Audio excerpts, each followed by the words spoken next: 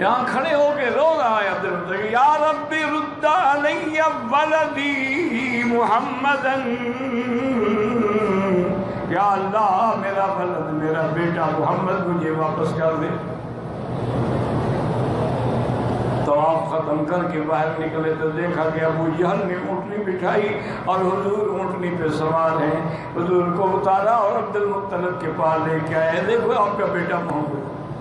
ڈھونڈ کے لانے والا کون ہے؟ ابو جہل۔ بسم اللہ الرحمن الرحیم۔ ورنہ مکے والے تو سارے حضور پہ جان چھڑکتے تھے، سرکار دو عالم پر مکے والے جان چھڑکتے تھے۔ ایک دفعہ حضور گم ہو گئے جنگل میں یا دیر ہو گئی، واپس نہیں آئے تو عبد المطلب پریشان کھڑے ہیں، اور اس کے بعد جناب یہ ہے کہ ادھر آدمی دوڑائے ادھر آدمی دوڑائے، حتیٰ کہ آ کے کعبے کا طواف کیا عبد المطلب نے۔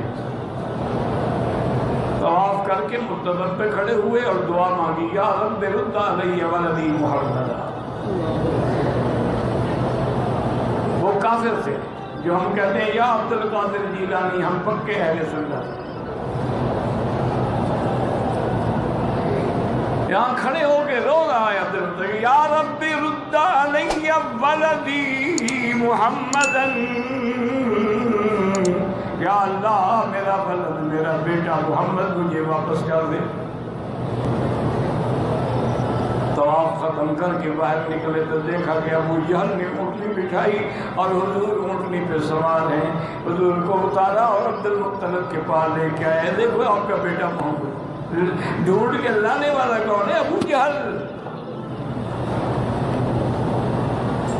اسی لیے اللہ فرمایا میرے مدنی میرے احسان کیسے بھول سکتے ہو، وجدک ضالا فہدی، آپ تو گم ہو گئے تھے، ہم نے پھر آپ کو واپس کیا۔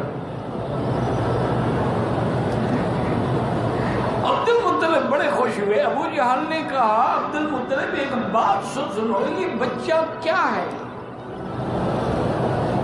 انہوں نے کہا میرا بیٹا ہے، میرا پوتا ہے، عبداللہ کا بیٹا ہے۔ انہوں نے کہا نہیں نہیں یہ بات نہیں ہے، یہ تو ابھی 4 سال کی عمر بھی نہیں ہوئی ہے، یہ جنگل کے فلاں جگہ پر ایک چھوٹے درخت کے نیچے کھڑے ہوئے تھے، اس کی ٹہنی کو پکڑ کے ہنس رہے تھے اور مسکرا رہے تھے، میں نے دیکھا تو اونٹنی بٹھائی اور ان کو پکڑ کے اپنے پیچھے بٹھایا، اونٹنی کو چلاتا ہوں اونٹنی چلتی نہیں۔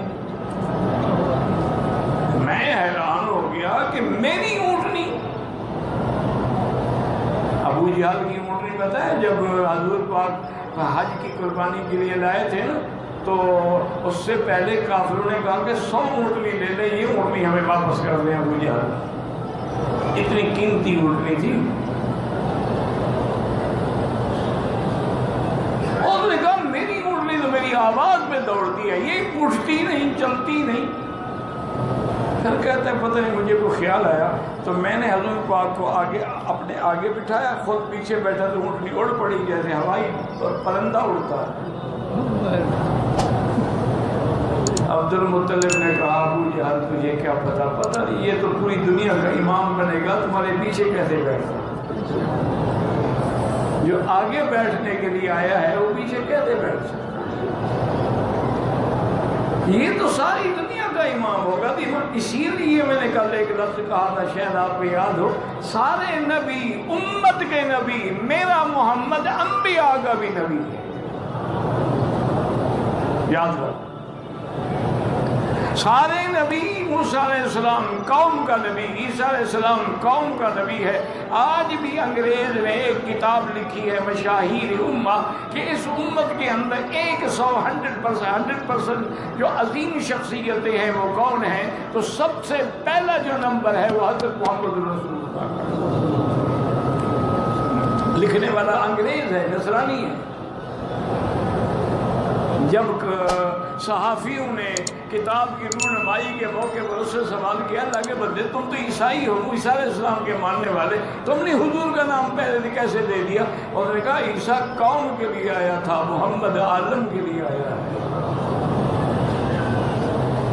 عیسیٰ تو اپنی قوم کے لیے، یا بنی اسرائیل یا بنی اسرائیل یا بنی اسرائیل، یہ تو اس کی شان جو کہتے ہیں یا ایھا الناس، رسول اللہ علیکم جمیعا۔ تو اس کا مقابلہ کیسے ہو سکتا ہے؟ میں کیسے، جو حق ہے ان کا پہلے وہ ملے گا۔ اور حضور نبی الانبیاء ہیں، کیوں؟ اللہ نے 2 ہی تو وعدے لیے ہیں۔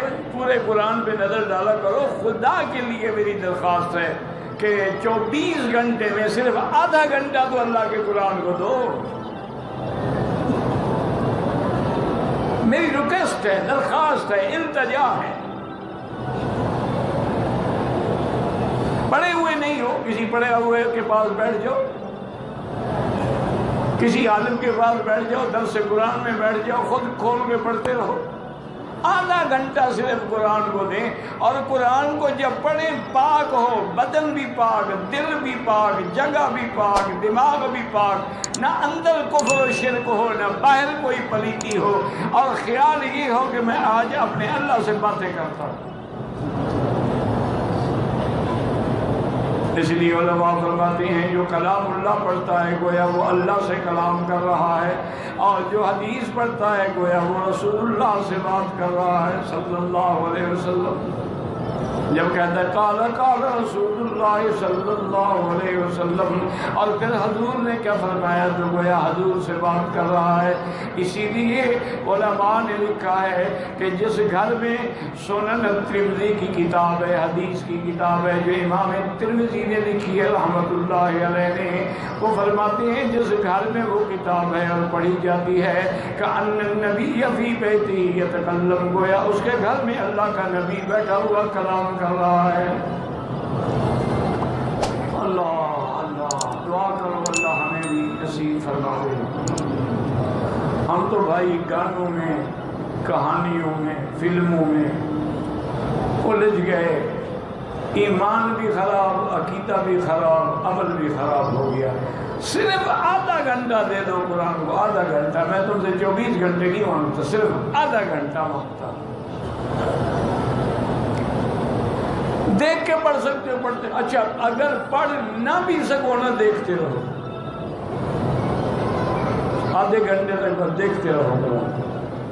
3 چیزیں ہیں دنیا میں جن کے دیکھنے سے بھی رحمت ہوتی ہے، یاد رکھو 3 چیزیں ہیں جن کے دیکھنے سے بھی رحمت ہوتی ہے۔ اللہ کے کعبے پہ نظر ڈالو تو رحمت ہوتی ہے، قرآن پہ نظر ڈالو تو رحمت ہوتی ہے، اپنے والد والدہ کے چہرے پہ ادب سے نظر ڈالو تو رحمت ہوتی ہے۔ تو جب رحمت ہوگی تو رحمت کے اثرات تو ہوں گے۔ اب بارش اللہ کی رحمت ہے، جب برستی ہے تو اس کے اثرات ہوتے ہیں کہ نہیں ہوتے؟ تو قرآن جب رحمت ہے اور رحمت للمومنین ہے، شفاء للمومنین ہے، ہدی للمومنین ہے، تو اس کا اثرات کیسے نہیں ہوں گے؟ بس آدھا گھنٹہ صرف قرآن کو دے دیں، اور جو میرے پڑھے لکھے بھائی ہیں وہ ترجمے کے ساتھ پڑھیں، اور پھر قرآن کے پیغام پہ غور کریں کہ قرآن اللہ نے کیوں اتارا حضور پر۔ اسی لیے ایمان سے کہیں قرآن آیا تھا کہ ہم اس سے صفحات کھول کے فال نکالیں۔ قرآن اسی لیے آیا تھا اگر مر جائے تو ہیلا اسقاط کریں۔ قرآن اسی لیے آیا تھا کہ مردوں کو پڑھ پڑھ کے بخشا کریں۔ قرآن اسی لیے آیا تھا کہ ہم تعویذ لکھ کے لوگوں کو دیا کریں۔ قرآن تو حاکم ہے، قرآن تو ہادی بن کے آیا ہے۔ یہ تو وہ کتاب ہے ھدی للمتقین ہے، یہ تو وہ کتاب ہے وَأَنِ احْكُم بِمَا أَنزَلَ اللَّهُ، میرا بندے اسی کے ساتھ فیصلہ کر۔ اور یہ تو وہ کتاب ہے کہ مَن لَّمْ يَحْكُم بِمَا أَنزَلَ اللَّهُ فَأُولَٰئِكَ هُمُ الْكَافِرُونَ، جو اللہ کے قرآن کے مطابق فیصلہ نہ کرے وہ تو کافر ہیں۔ تو اس پہ غور کریں، صرف آدھا گھنٹہ دے دیں، اور 6 مہینے کے بعد انشاءاللہ مجھے لکھیں کہ کیا برکات و ثمرات ہیں، کیا فائدہ ہوا ہے، کوئی زندگی میں انقلاب آیا ہے، کوئی تبدیلی آئی ہے کہ نہیں آئی ہے۔